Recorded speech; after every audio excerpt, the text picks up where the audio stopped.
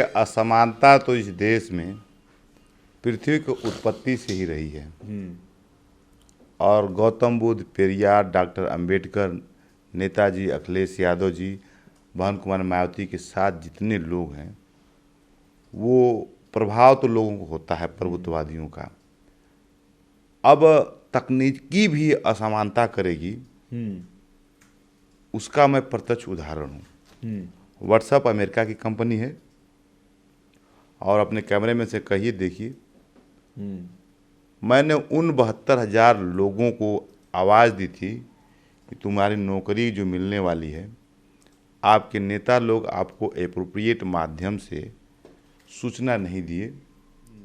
तो ये जो पूरे देश की व्यवस्था रही है, जो हमारे सामाजिक न्याय के नेता रहे हैं, स्वर्गीय शरद जी रहे हों, चाहे लालू प्रसाद जी हैं, उससे पहले माननीय नेताजी रहे हों, कांशीराम साहब हैं, मायावती जो हैं, इन लोगों ने लड़ाई उनको अधिकार को लगी, अपने संगठन बना के लड़े। लेकिन अब क्या है कि जब मैं राजनीति का अगर आप स्टेटमेंट देखेंगे तो जो प्रक्रिया होती है वो सुप्रीम कोर्ट रूल्स और रूल्स एंड रेगुलेशन से होती है। उसमें आप कोई गलती करेंगे कि जो विज्ञप्ति निकलते हैं, नोटिफिकेशन आती है, उनमें पहले से गलतियां होती हैं। पहले से ही वो संविधान विरोधी बातें होती हैं। कुछ ऐसे अरसे उसमें गलतियां जानबूझ के की जाती है कि छात्रों, नौजवानों को समय से नौकरी न मिले। इसलिए मैं आपके माध्यम से यहाँ कहना चाहता हूँ कि जब नोटिफिकेशन करने वाला जो अधिकारी हो, अगर उस नोटिफिकेशन में कोई विसंगतियाँ हैं तो उससे सीधे रूप से उसके जिम्मेदार ठहराया जा।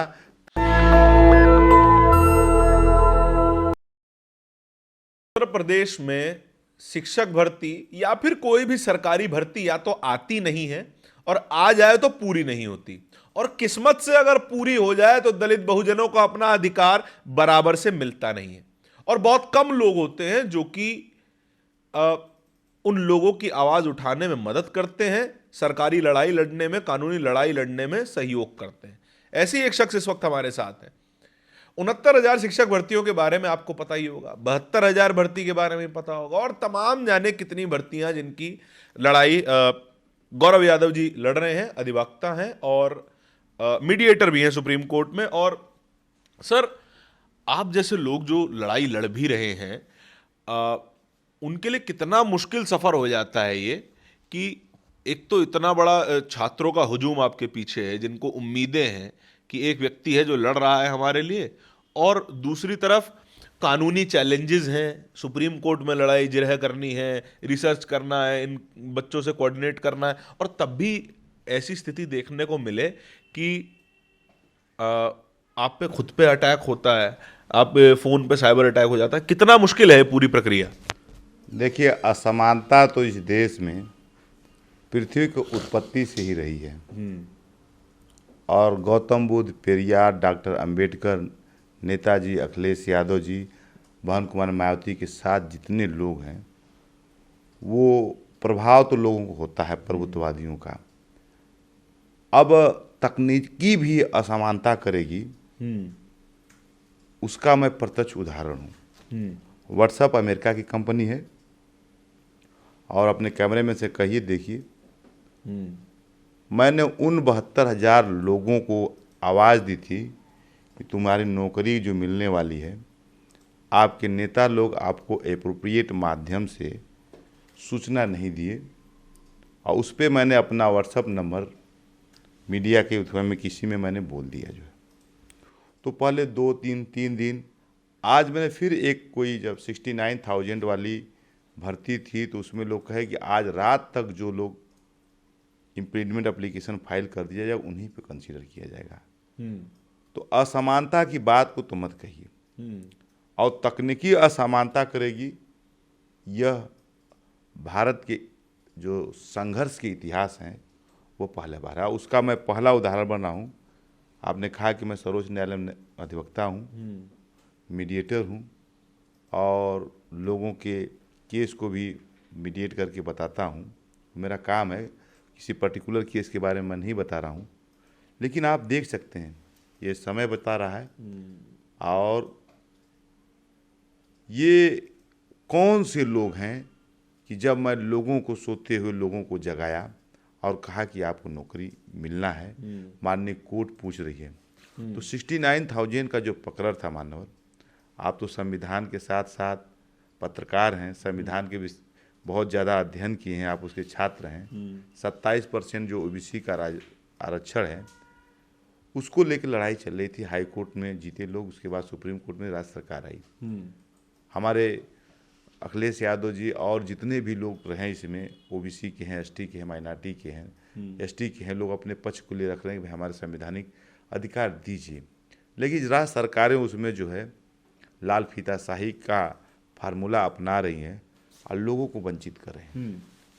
तो उनकी जो सुनवाई कल थी और उसी के बारे में मैंने कहा था, लोग कहा कि आज हो जाएगा, तो मैं कहा देखिए मैं शिक्षा मित्रों का रहा हूँ, 1,72,000 का वैकेंसी की थी। अगर लोग डायरेक्ट बता दिए होते कि आपका एक, तो कम से कम अभी मरने वालों की संख्या तो 20,000 से ऊपर है, लेकिन वो संख्या और ज़्यादा पहुंच जाती, 50,000 से ऊपर पड़ जाती।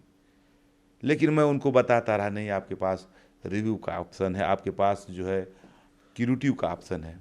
अभी देखिए अनुदेशक लोग लड़े हैं, माननीय यही सर्वोच्च न्यायालय जो है उनके वेतनमान को बढ़ाई है। मैं आपके माध्यम से माननीय सर्वोच्च न्यायालय का आभार व्यक्त करता हूं कि जिन्होंने अनुदेशकों के वेतनमान संबंधी जो विसंगतियां थीं उसको किया। अब मानो जो 72,000 का मैटर है जी, एक जो है साइंस और मैथ का मैटर है। अब साइंस एंड मैथ में माननीय कोर्ट ने, जस्टिस दीपांकर दत्ता ने, मैं आप ही के चैनल पे कहा था टीईटी वाला, जितने लोग टीईटी पास सर्विस में उनको टीईटी पास करना है, उन्होंने एक डेट फिक्स कर दिया कि इतने तक जो है आपको आए रहेंगे, उनको कंसीडर किया जाएगा। उसकी काउंसलिंग चल रही है, आज भी काउंसलिंग थी जी। अब उसमें क्या हुआ कि लोगों को मेरिट जो है ज़्यादा हो गई, लड़के पहुँच ही नहीं रहे। तो जो वैकेंसियाँ बच गई हैं तो उनके लिए क्या किया जाए, तो उन लड़कों का भी फ़ोन आ रहा है। अब तो मेरे पास जो डाटा आने लगे 69,000 के, 72,000 के और मैथ वालों को, तो कम्युनिकेशन हुआ तो लोग रिपोर्टिंग करने लगे कि ताकि लोगों को उस बात का जो है संदेशा न पहुंच पाए। लेकिन मैं कहना चाहता हूं, आप मेरा व्हाट्सएप रोक लो, आप मेरा यूट्यूब रोक लो, आप मेरा फ़ोन को ब्लॉक कर दो, लेकिन जो सच्चाई की आवाज़ है, वो सभी जितने छात्र हैं जिनको नौकरी मिलना चाहिए, जो मेरिटोरियस हैं, मैं कह सकता हूँ उनकी जहाज़ रोक दीजिए, उनका ट्रेन रोक दीजिए, बस रोक दीजिए, तो हमारे लोग इतना मेहनत कश है मानवर कि वो पैदल ही माननीय सर्वोच्च न्यायालय पे आ जाएंगे और मुझे डाटा देकर अपने हकों की लड़ाई लड़ेंगे। लेकिन सर हमने कई बार देखा है, या तो भर्ती आती नहीं है, पहली बार तो बीते 10 साल में कितनी भर्ती आई हैं और उस पिछले 10 साल में कितने, कंपैरिजन करेंगे तो नगण्य जैसी होंगी। लेकिन जब भर्तियां आ भी जाएं, 69,000 शिक्षक भर्ती आज का मामला नहीं है, सालों हो गए, भर्ती पूरी भी हुई, उसमें आरक्षण ठीक से नहीं दिया गया। और ये पहली भर्ती नहीं है जहां आरक्षण ठीक से नहीं दिया गया। मध्य प्रदेश में 27% आरक्षण था, 14% कर दिया गया है। और क्या ये डायरेक्ट अटैक है किसी एक कम्युनिटी पर कि सेवाओं में ना आ सके, सर्विस सेक्टर में ना पहुंच सके? आज जो भी जातिगत उनको काम है वही काम करें, आप अगर सर्विस सेक्टर में आएंगे तो आपका पहले नंबर काटा जाएगा, फिर आरक्षण छीना जाएगा। देखिए, सुटेबल एंड अनसुटेबल शब्द जो है, हाँ, वो आज का नहीं है और असमानता हुई है। सर्विस में जो लोगों को मिलना चाहिए था, जो पढ़े लिखे लोग हैं उन पे क्रीमी लेयर लगा गया। जिसका लड़का पढ़ सकता है, जो IAS PCS तैयारी कर सकता है, उनको आके क्रीमी लगा। और जो योग्य नहीं है उसके लड़के मान लीजिए दूसरा काम करते हैं, वहाँ तक नहीं आते, कहते हैं आपका आरक्षण है। तो ये जो पूरे देश की व्यवस्था रही है, जो हमारे सामाजिक न्याय के नेता रहे हैं, स्वर्गीय शरद जी रहे हों, चाहे लालू प्रसाद जी हैं, उससे पहले माननीय नेताजी रहे हों, कांशीराम साहब हैं, मायावती जो हैं, इन लोगों ने लड़ाई उनको अधिकार को लगी, अपने संगठन बना के लड़े। लेकिन अब क्या है कि जब मैं राजनीति का अगर आप स्टेटमेंट देखेंगे तो जो प्रक्रिया होती है वो supreme court rules and regulation से होती है। उसमें आप कोई गलती करेंगे, अपने से ही गलती करवा देंगे, अपने लोग से करवा देंगे, तो मैटर क्या होता है, वो लिटिगेशन में चला जाता है और वो वैकेंसियाँ जो हैं फंस जाती हैं। अब माननीय सर्वोच्च न्यायालय जनहित के जब मुद्दों को देखे तो वो ऐसी एक गाइडलाइन को फ्रेम करना चाहिए, सुओ मोटे कागजनेस लेना चाहिए कि जो विसंगतियाँ हों नोटिफिकेशन में, जो विज्ञप्ति निकलती है, उस विसंगतियों को सबसे पहले ही दूर कर लिया जाए। एडवर्टीजमेंट करने से पहले ही उस पर एक बहुत ही फुल प्रूफ, आप देखो, आप मेरी बात सुनो, आप बात सुनो, आप पढ़े लिखे हैं और आपको हमने कर दिया कि ये सवाल लगाइए, तो अगर आप पढ़े लिखे हैं तो सवाल सही सही लगा देंगे। आप जो चीफ सेक्रेटरी हैं और आपको जानकारी नहीं कि इस पे क्या रूल्स मतलब आप कहना चाह रहे हैं कि जो विज्ञप्ति निकलती है, नोटिफिकेशन आती है, उनमें पहले से गलतियां होती हैं। पहले से ही वो संविधान विरोधी बातें होती हैं, कुछ ऐसे अरसे उसमें गलतियां जानबूझ के की जाती है कि छात्रों नौजवानों को समय से नौकरी न मिले। इसलिए मैं आपके माध्यम से यहाँ कहना चाहता हूँ कि जब नोटिफिकेशन करने वाला जो अधिकारी हो, अगर उस नोटिफिकेशन में कोई विसंगतियाँ हैं तो उससे सीधे रूप से उसके जिम्मेदार ठहराया जा, ताकि ये जो आप लोग पत्रकार महोदय हो, आप लोगों को खूब चटकारे लगा के बोलने के लिए मज़ा मिल जाता है कि 2011 से चल रही है और 2026 हो गई। निश्चित रूप से ये देख कर हैरान आप हो गए होंगे कि जो बाप ने भरा था वो वैकेंसी करने के लिए, उसके साथ बेटा भी मेरे पास सुप्रीम कोर्ट में आया है। और मैं बताना चाहता हूँ, मुझे अब ये जानकारी हुई है कि 2011 का मुकदमा था, बीच में कोविड आ गया, वे बेचारे सही कैंडिडेट थे, वे आपके कंटेम्प्ट में थे, वे आपके आईए में थे, वे आपके अवमानना याचिका में थे, वे सिविल अपील में थे। लेकिन आज जब उनको 18 दिसंबर से पहले देना हुआ तो पता चला कि उनके वकील साहब तो कोविड में नहीं रहे, अब क्या करें। तो मैं कहना चाहता हूं कि मैं एक ऐसा आवेदन तैयार करूंगा कि जिसमें यह कहा जाए कि जनहित में जितनी भी सर्वोच्च न्यायालय में इस केस में आईए लगी हैं उसको जो है सार्वजनिक कर दिया जाए। उसको जिस तरह से ये लिस्ट सूची बनाई गई है उसी प्रकार से जिस तरह से अपलोड जजमेंट किए जाते हैं, एक बहुत बड़ा न्यायिक, ये न्याय का बहुत बड़ा होगा। जैसे मैंने एप्लीकेशन दिया मान्यवर और मेरे वकील आप रहे, तो मैं नहीं कहूँगा कि कोविड में आप मर गए, लेकिन कोविड के कारण आपने घर ही चेंज कर दिया, तो आपके जो आपने रूम चेंज करने गए थे, कहा कि आइए तो या डिस्पोज आप हो, तो क्यों उसको ढो के ले जाए। उन्होंने क्या किया, उसे रद्दी में डाल दिया या कूड़े में बेच दिया या जो भी करिया, जिसको ये बेच दिया। तो उसमें जो मैं अभ्यर्थी हूं, मेरी क्या गलती इसमें? सही बात है। लेकिन माननीय सर्वोच्च न्यायालय में अगर वो डाटा है, स्कैन डाटा है, तो उसको अगर अपलोड कर दिया जाता है तो ऐसे बहुत से छात्र हैं जिनको बहुत लाभ मिल जाएगा। और जो आपका 72,000 डिजिटल इंडिया के समय में जितनी भी जानकारियां वहां तक पहुंचती है, आज भी कागज के जरिए पहुंच रही है। ये भी आप कहना चाह रहे हैं कि अगर मतलब वकील साहब को कुछ हो गया, वकील साहब का डेटा करप्ट हो गया, मान लीजिए अगर वकील साहब ने फाइल घुमा दी तो अभ्यर्थी का सारा सब कुछ बर्बाद, पूरा केस बर्बाद। हाँ, केस। अब आपका जो आपने प्रश्न पूछा है, ये मुझे लोग क्यों पसंद किए। लोग 2011 से अपने अपने नेता लोग के साथ काम करते रहे, उनके जो भी याचिका शुल्क थी या जो लोग बोलते हैं वो देते रहे। मुकदमा आपका चलता रहा।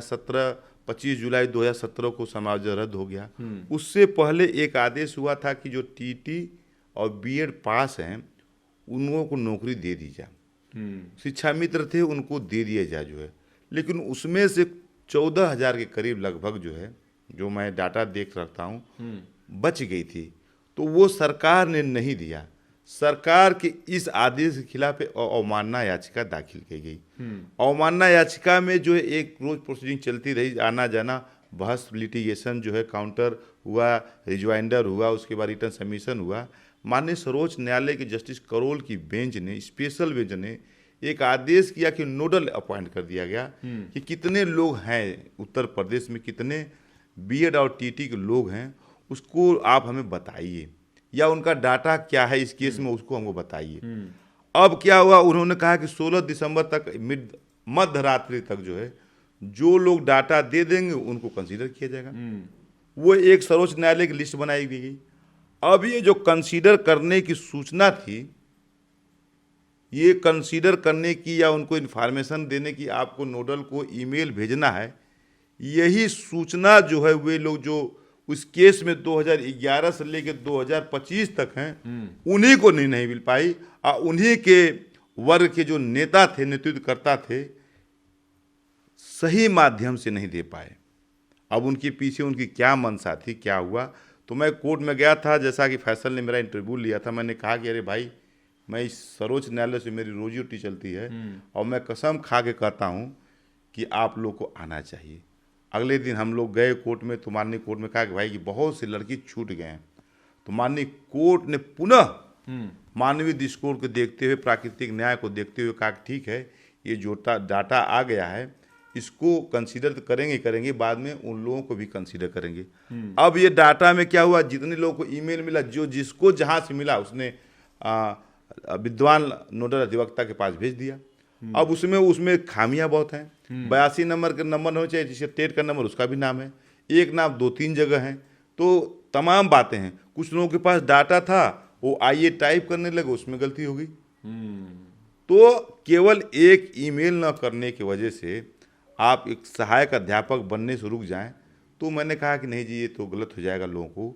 मैं इस केस से बहुत ज़्यादा 2025 जुलाई 2017 के बाद से मैं ज़्यादा इसको नहीं देख रहा था, क्योंकि हम हारते रहे, रिव्यू हारे, सिक्योरिटी हारे, हाँ, लेकिन उसी के साथ इसी कोर्ट में कई कोर्ट में निर्णय उन लोगों के पक्ष में आए। तो मैं दूसरे केस में मैं अपने बिजी हो गया था। तो वही बात जो है 69,000 वाला मामला जो है, जो कल लगा था, तो फिर उन लोगों ने क्या क्या तकनीक का उपयोग किया कि आज रात तक जो भेज देगा उसी को होगा। तो मैंने उसमें वीडियो पे अपना जो मेरा व्हाट्सअप नंबर है 9555445112 को मैंने जो दे दिया था, तो उस पर ज़्यादा कम्युनिकेशन हो ले। अब उसको भी देखो, अब तकनीकी भी हमारे साथ असमानता करेगी, और आप इस देश के सबसे बहुजनों की आवाज़ बनने वाले हैं। ये अमेरिका की कंपनी व्हाट्सएप जो है, हमारा व्हाट्सएप। नहीं, देखिए, ये बात बहुत बहुत क्लियरली समझ में आती है कि भैया एक नौकरी पा जाने के लिए इतना संघर्ष हो जाता है कि या तो वही मैं फिर बोलूँगा कि नौकरी आती नहीं, आती है तो इस तरीके के पत्राचारों में फंस जाते हैं। मैं एक आखिरी सवाल आपसे लूँगा इस मामले में कि जैसे आपने बताया कि नोटिफिकेशन लाने में ही गड़बड़ी कर देते हैं और नोटिफिकेशन में कमियां होती हैं। मैं जिस पूरी बात को समझ पा रहा हूँ निजी स्तर पर, वो ये है कि सरकार अपने नंबर बनाने के लिए तो बता देती है कि हमने फलानी 1000 नौकरियां निकाल दी, मतलब 10,000, 15,000, 50,000 नौकरियां निकाल दी, लेकिन ये ट्रैक रिकॉर्ड कहीं पे भी नहीं है, नौकरी असल में मिली कहाँ। और यही प्रचार कर करके लोग सरकार में बने रहते हैं। क्या ये भी एक तरीका है कि नौकरियों का नंबर दिखाते रहिए, मिली किसको ये पता नहीं, उसके अगली बार सत्ता में फिर आ जाइए? देखिए, उसमें क्या तो ये भी एक टूल है? प्रत्यक्ष उदाहरण है। और रोजगार किसी भी देश की राजनीति में, पूरे दुनिया की राजनीति में रोजगार जो है बहुत मुद्दा होता है। और कौन वो लड़का होगा जो 18 साल का हो गया, वो ये नहीं चाहता है कि उसके पास पैसा हो, उसके पास गाड़ी हो, सही बात, उसका अपना परिवार हो, वो अपने इंडिपेंडेंट रहे। तो ये मानवीय जीवन का नौकरी पाना जो है, आप जन्म पाए, उसके बाद नौकरी पाए, तो समझ दोबारा जन्म हो गया। तो ये बहुत ही हर व्यक्ति के जीवन की सबसे महत्वपूर्ण घटनाओं में से एक होती है, और उसको इतना पेचीदा कर दिया गया है देश के राजनीति को लेकर, जो खेदजनक है। इसको मैं चाहता हूं कि माननीय न्यायपालिका के साथ, कार्यपालिका के साथ, विधायिका के साथ लोग एक ऐसी व्यवस्था डेवलप करें भविष्य में कि रिक्रूटमेंट प्रक्रिया जो है कभी भी मान्य लाने में न जाए, और वो टाइम बाद, आज 1 महीना में शुरू हुआ, अगले दिन उसका पेपर, अगले दिन उसका रिजल्ट, अगले दिन ज्वाइनिंग, वेरिफिकेशन। साथ ही साथ अध्यापकों से, जो लोग अभ्यर्थी हो, उनसे भी निवेदन करूंगा कि आप भी किसी तरह के शॉर्ट हैंड मारने में प्रयोग मत करें, तो मैं समझता हूं कि सही हो जाएंगे। मैं ये कहना चाहता हूं और कि मेरा वो नंबर तो ब्लॉक कर दिया गया है, लेकिन जितने भी मेरे साथी लोग बने हैं 72,000 में, 69,000 में, वो अपना डाटा, मेरा जो दूसरा व्हाट्सअप बिजनेस वाला होता है, वो कह रहे हैं कि उसमें नहीं ब्लॉक होता है, मैंने उसका पैसा भी जमा कर दिया है, तो उस पर साझा कर देंगे। तो मैं आपको जो अगर कहीं कोई छूट जाएगा तो मेरी बहुत मानवीय गलती होगी। सेम नंबर है कि नहीं, दूसरा नंबर मैंने है, मेरा दूसरा नंबर है 9999262113। उस पर आप काम कर लेंगे, उस पर अपना पुराना डाटा भी भेज देंगे, तो मुझे इनका इंतज़ार नहीं पड़ेगा कि अब कब खोलेंगे। हमारी ऑफिस जो है उसको चेक कर लेगी, आपको बता देगी। दोबारा मैं बता दूं, बीच में फ़ोन बज गया था, 9999262113। देखिए, लड़ाई लड़ने के लिए लोग हैं और आपको माध्यम तो मिल ही गया है। नेशनल दस्तक की हमेशा से कोशिश रहती है कि जहां जो रोशनी की किरण मिले उसको और रोशन किया जाए। बहुत बहुत शुक्रिया सर बहुत स्टूडियो में आने के लिए, और आपको आपके चैनल को कि आप उन लोगों की आवाज़ बने जिनको कोई पूछने वाला होता नहीं है, उनके जिनको पैसे लो नेता के दिए वो भी नहीं बताया, लेकिन ये नेशनल दस्तक ऐसा है कि जिसने ग्रामीण जो है अपने खेत के मचान पे जो बैठा हुआ था उसने भी यूट्यूब खोलकर कहा कि साहब हमने नेशनल दस्तक को देखा, आपने उसको बताया तो हम आपसे फ़ोन कर रहे हैं। मैं लखीमपुर खीरी के एक बहुत पिछड़े गांव से बोल रहा हूं और नेशनल दस्तक से आपका नंबर लिया हूं, तो ये आपकी क्रेडिबिलिटी है कि देश की राजधानी के साथ साथ दुनिया के जो बौद्धिक लोग हैं वो भी देखते हैं, और आपको किसान का बेटा, गरीब का बेटा, नौकरी करने वाला के बेटा के साथ साथ जो फैक्ट्रियों में काम करता है, जब वो मेट्रो में रास्ते में आता है तब देख लेता है, जब सुबह वो काम करने जाता है, मध्याह्न जो दोपहर का भोजन होता है तब देख लेता है। तब उन लोगों ने आपकी चैनल की विश्वसनीयता ये है कि इस पे जो कहा जाएगा वो सत्य होगा, सत्य से परे नहीं होगा। इसके लिए मैं आपको विशेष रूप से उसके साथ साथ आपके पूरे चैनल की टीम को आभार व्यक्त करना चाहता हूं कि जन आवाज़ बने, लोक आवाज़ बने, आप लोकवाणी बने, और लोकवाणी बनने का मतलब होता है कि आपने लोकहित किया है, और लोकहित को पब्लिक इंटरेस्ट बोलते हैं, और पब्लिक इंटरेस्ट जो है भारत की संविधान और भारत की जो सर्वोच्च न्यायालय है उसकी आत्मा है। तो देखिए, यही हमारा हासिल है। अगर यही सोचकर हमारे सीनियर्स ने नेशनल दस्तक की शुरुआत की थी, और शायद आज उसी हार्डवर्क की परिणति तक हम थोड़ा बहुत पहुंच पाए हैं। इस पूरी बातचीत के बारे में आपके क्या विचार हैं, कमेंट सेक्शन में बताइएगा जरूर। नेशनल दस्तक की आपसे गुजारिश है कि अगर इसको बचाना चाहते हैं तो नेशनल दस्तक को सब्सक्राइब करने के लिए रेड कलर के सब्सक्राइब बटन को दबाएं, फिर बेल आइकन की घंटी दबाएं। नेशनल दस्तक को बचाने के लिए बहुत जरूरी है कि हर खबर को शेयर करें, लाइक करें, कमेंट जरूर करें।